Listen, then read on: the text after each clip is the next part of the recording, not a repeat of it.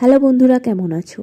কালকে যেহেতু রেমাল ঝড় উঠেছিল, আমাদের এখানে ঝড়ের প্রভাব অতটা না পড়লেও কালকে রাত্রির থেকে কিন্তু সেই যে বৃষ্টি স্টার্ট হয়েছে এখনও বৃষ্টি থামেনি।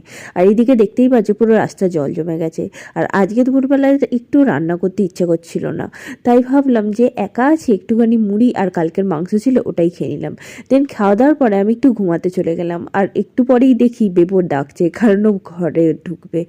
এরপরে আমরা চলে গেছিলাম ছাদে। আর এইদিকে অবস্থা দেখো, চারিদিকে জল আর জল। এই জলটা যে দুদিন পরে কমবে কিনা কি ভগবান জানে।